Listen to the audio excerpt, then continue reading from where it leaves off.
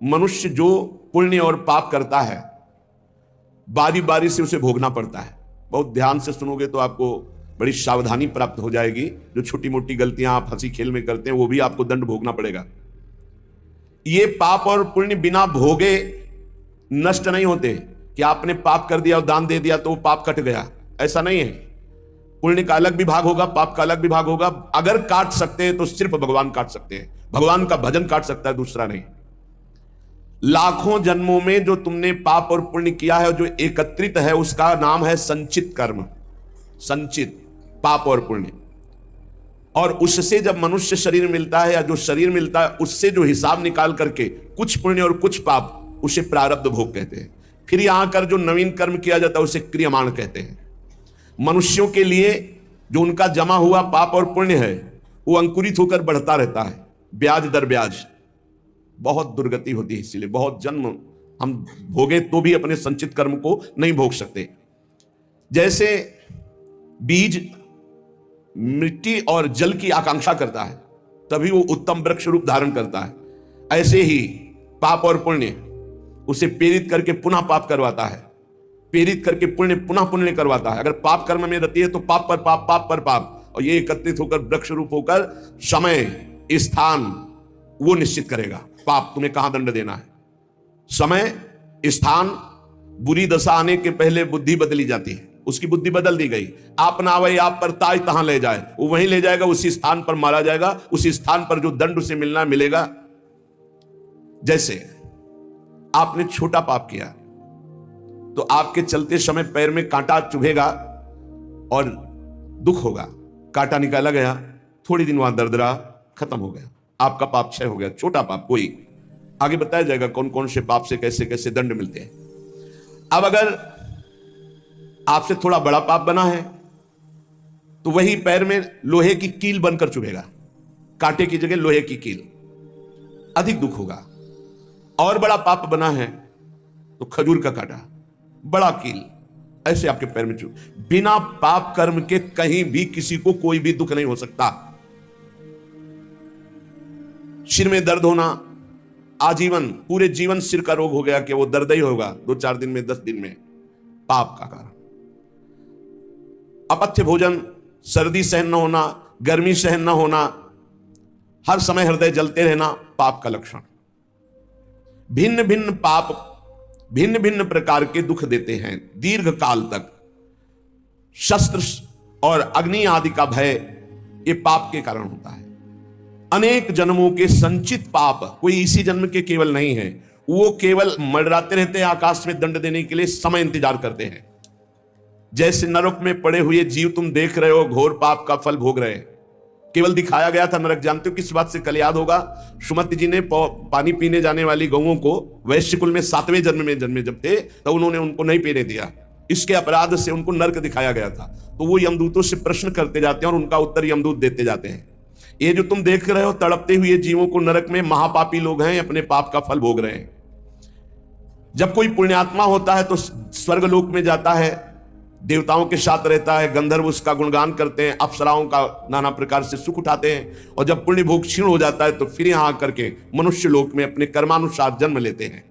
राजन, ये जो तुमने पूछा कि किस किस पाप से पापियों को कौन कौन सा नरक में दंड मिलता है, वो मैं बतला रहा हूं। जो नीच मनुष्य कामना और लोभ के वशीभूत होकर दूषित दृष्टि से हर स्त्री को भोग भाव से देखता है, जिसको देखता है बस काम भाव से देखता है।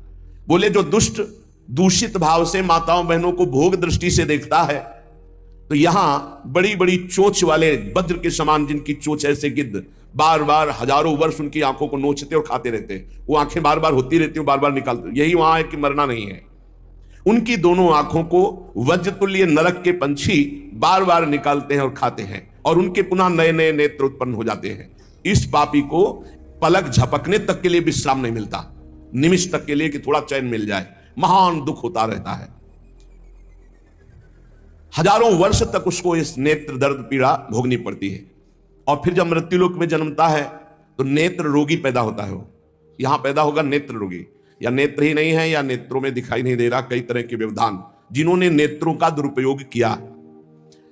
अब जिन लोगों ने जिनको तुम देख रहे हो इनकी जबान काटी जाती है, बार बार जबान नोची जाती है, ये वो लोग हैं जो शास्त्र का गलत उपदेश किए हैं, गलत अर्थ किए हैं, अपनी वासना की पूर्ति के लिए शास्त्र का गलत प्रयोग किए हैं, जो किसी को गलत सलाह दी है, तो इनकी जबान बार बार छोटे छोटे हिस्से में तलवार से काटी जाती है।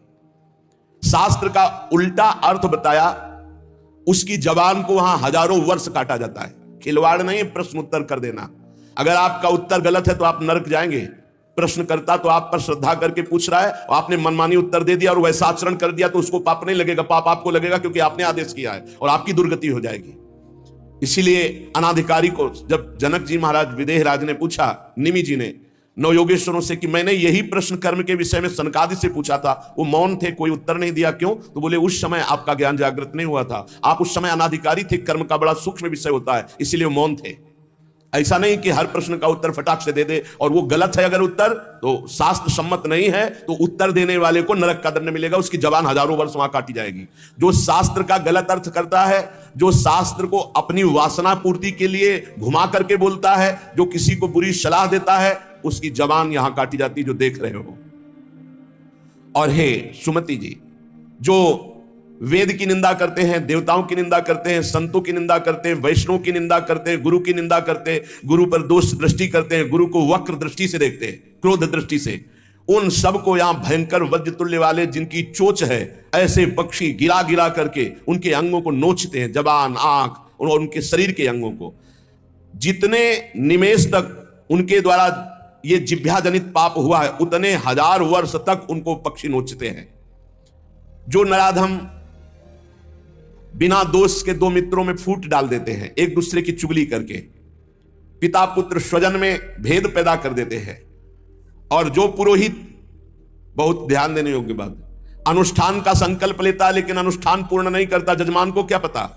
जो पुरोहित जजमान से नियत संख्या ले ली धन और अनुष्ठान पूरा नहीं किया, या जो अपनी माता और पिता का अपमान किया, जो अपनी शरणागत, अपने अर्धांग विराजमान पाणी ग्रहण की हुई पत्नी का विविध प्रकार से अपमान और शोषण किया, वो यहां आरे से चीरे जाते हैं हजारों वर्ष तक। दिखाया, देखो ये बीच आरे से आराम आराम से एक एक अंग चीरे जाते हैं।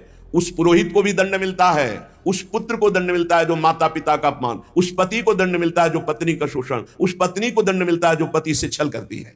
आप खुली आंख इनकी दुर्गति देख सकते हैं। जो दूसरों को कष्ट देने का स्वभाव बना लिया है, बातचीत चेष्टा से कष्ट ही देना है, जो दूसरों की प्रसन्नता में जलते हैं, जो दूसरों की घरों में, सोए हुए घरों में आग लगा देते हैं या फसलों में आग लगा देते हैं और उनको प्राणांतक कष्ट देते हैं, उन अधम पापियों को यहां जलती हुई आग में जलाया जाता है। तुम देख लो, तपती हुई बालू डालकर उनको भूना जाता है और यहां आग में उन्हें जलाया जाता है। जो एक जगह निमंत्रण मिला, फिर दूसरी जगह निमंत्रण मिला, तो पहले निमंत्रण वाले को छोड़ करके दूसरे के यहां निमंत्रण पाकर फिर पहले वाले के यहां निमंत्रण पाने गया। ऐसा नहीं है, यह नरक का कारण बन जाएगा। एक जगह निमंत्रण है, वहां गए, अगर हम भूखे हैं तो भूखे, नहीं मिला तो नहीं मिला, अब दूसरे दिन देखा जाएगा। 2 3 4 निमंत्रण, ऐसा नहीं। जो ब्रह्मर्षि किसी देव कार्य के लिए, पितृ कार्य के लिए यजमान के द्वारा निमंत्रित किया गया और वो दूसरी जगह भोजन कर लिया, दूसरे निमंत्रण को स्वीकार करके फिर उसके यहां भोजन करने गया, तो उसको यहां नरक में 2 टुकड़े करने वाला दंड मिलता, बार बार उसके 2 टुकड़े। ये बार बार बहुत जगह भंडारा, बहुत जगह निमंत्रण, ये ऐसा नहीं है। सिद्धांत है, तुम भूखे हो तो एक जगह चले जाओ और अपना पेट भरो, भजन करो। ये नहीं कि 5 जगह चले गए तो खूब दक्षिणा 5 जगह की मिली तो सुन लो। ये तस्मात् शास्त्रम प्रमाणम, ये शास्त्र है, मनमानी नहीं। पहले ऐसा कभी ब्रह्म ऋषि जन नहीं करते थे। 5 घरों में भिक्षा मांग लो, या निमंत्रण है तो एक जगह जाके पेट भर लो जो रूखा सूखा मिले। ये 14 जगह भंडारा, 14 जगह निमंत्रण, तो उसकी व्यवस्था है। ये नरकगामी बना देगा, बुद्धि भ्रष्ट हो जाएगी। जो सदैव कड़वी बातें बोलकर लोगों के दिल पर चोट पहुंचाते रहते हैं, कुछ लोगों का ऐसा स्वभाव होता है, जब बोलेंगे तो हृदय की पीड़ा प्रकट हो ही जाए, ऐसा उनका है। ऐसे हैं, ऐसे हैं, वो ऐसे बोलते हैं कि अत्यंत पीड़ा दे। ऐसा करने वालों को यहां के पक्षी टूट पड़ते नरक में लाते हैं, नोच नोच करके उनको खाते हैं।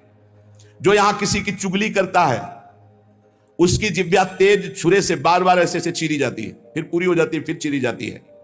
जिन्होंने उद्दंडतावश अपने पूज्य जनों का अनादर किया, उनको मारा, पीटा गुरुजनों को, अपने गुरु को, माता को, पिता को, बाबा को, पितामह को।